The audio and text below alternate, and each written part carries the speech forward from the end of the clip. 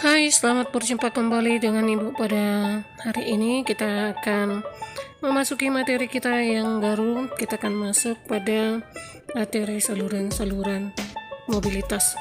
Kita akan belajar ya nak. Pada materi hari ini yang akan kita bahas yang pertama yaitu organisasi ekonomi, angkatan bersenjata, kemudian lembaga pendidikan, lembaga keagamaan, organisasi politik, dan lembaga keahlian.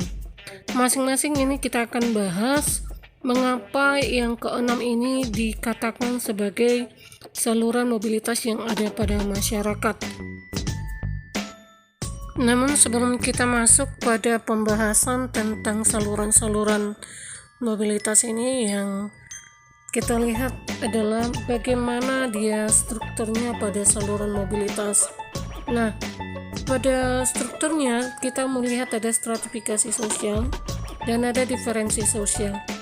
Maksudnya apakah ini, Bu? Stratifikasi sosial itu berarti adanya strata secara vertikal, yaitu perbedaan antara kelas sosial dengan polarisasi sosial yang tajam secara hierarki.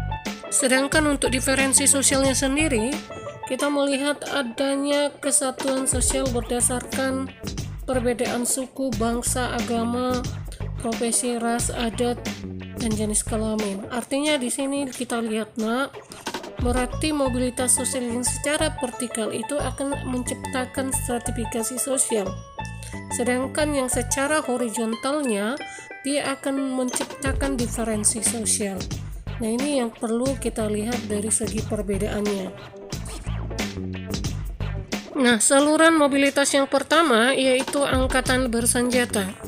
Angkatan bersenjata merupakan organisasi yang digunakan sebagai saluran mobilitas vertikal ke atas karena dia mengalami tahapan kenaikan pangkat.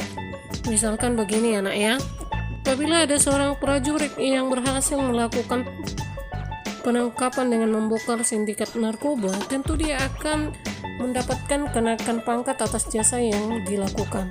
Oleh karena itu makanya dikatakan angkatan bersenjata merupakan saluran mobilitas sosial karena kita melihat adanya gerakan mobilitas vertikal ke atas. Tuh, angkatan bersenjata ini cukup paham ya nak ya. Kita akan lanjut ke berikutnya. Kita akan masuk ke nomor 2 yaitu lembaga-lembaga keagamaan. Mengapa ini dikatakan sebagai saluran mobilitas sosial vertikal? Karena setiap agama menganggap setiap orang yang punya kedudukan sederajat. Namun ketika dia sebagai pemuka-pemuka agama, maka kedudukan mereka akan jauh lebih tinggi dibandingkan dari masyarakat biasa. Misalkan yang berjasa kepada agama tersebut, ustadz, pendeta, biksu, atau yang lainnya. Nah, untuk lembaga pendidikan sendiri, pada lembaga pendidikan ini umumnya merupakan saluran yang konkret dari mobilitas vertikal ke atas karena adanya harapan orang yang memiliki pendidikan untuk menaikkan statusnya dari status rendah ke status yang lebih tinggi. Contoh, seorang anak yang miskin ingin membahagiakan orang tuanya dengan mendapatkan pekerjaan yang lebih baik dengan pendidikan yang lebih tinggi. Itulah mengapa dikatakan bahwa lembaga pendidikan ini merupakan salah satu dari saluran mobilitas sosial karena mampu menaikkan status sosial ke tahapan yang lebih tinggi. Kita masuk ke nomor 4, organisasi politik. Seperti angkatan bersenjata, organisasi politik memungkinkan anggota yang loyal dan berdedikasi tinggi dalam menempati jabatan yang lebih tinggi sehingga status sosialnya meningkat. Demikian juga organisasi ekonomi seperti perusahaan, koperasi, BUMN, dan lain-lainnya bisa meningkatkan pendapatan dari para anggota, para pelaku-pelaku ekonomi itu sendiri. Jadi organisasi politik dan organisasi ekonomi juga merupakan saluran mobilitas yang akhirnya bisa menaikkan status sosial daripada para pelakunya. Artinya bahwa terjadi pergerakan secara mobilitas vertikal ke atas. Nah, untuk yang mobilitas politik dan ekonomi cukup paham ya nak. Kita akan lanjut ke selanjutnya. Oke, setelah kita tadi belajar tentang saluran-saluran mobilitas, maka kita akan lanjut pada dampak mobilitas sosial. Yang pertama kita lihat adalah dampak negatifnya. yaitu dengan melihat konflik antar kelas. Misalkan demonstrasi buruh yang menuntut kenaikan upah itu merupakan penggambaran konflik antara kelas buruh dengan pengusaha. Sedangkan kalau konflik antar kelompok sosial itu sendiri, terjadinya konflik antar ras, misalkan adanya pertikaian antara penduduk lokal dengan penduduk pendatang. Nah, inilah kenapa mobilitas itu memiliki dampak negatif. Nah, di konflik antar generasinya sendiri, sering sekali terjadi perbedaan pendapat antara generasi tua dengan generasi muda terkait dengan nilai-nilai yang dianut.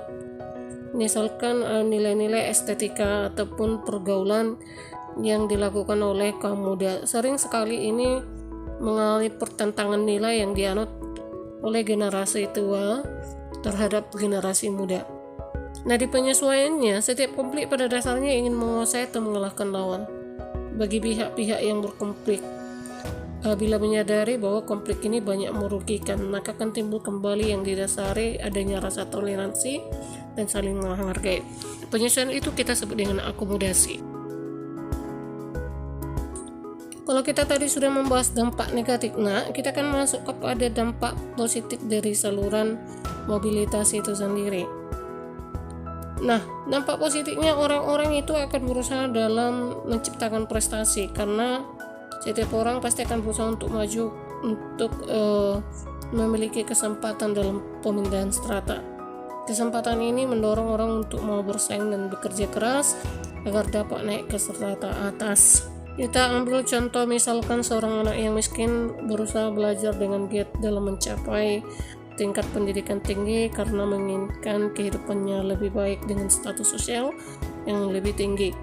Sedangkan mobilitas sosial juga secara positifnya juga akan mempercepat tingkat perubahan sosial masyarakat ke arah yang lebih baik. Contoh misalkan, masyarakat Indonesia sendiri sekarang mengalami perubahan dari masyarakat agraris ke masyarakat industri. Nah, ini didukung oleh perubahan sumber daya yang berkualitas. Demikianlah untuk pembelajaran kita satu hari ini, semoga bermanfaat. Dan untuk penugasannya, silakan jawab pertanyaan 5 soal ini dengan hanya menuliskan opsinya saja. Lanjut nanti ketika sudah selesai, maka akan kamu post di pengumpulan tugas Edmodo. Oke, baik nak, selamat mengerjakan. Sampai jumpa di minggu yang akan datang. God bless you. Tuhan Yesus memberkati. Bye-bye.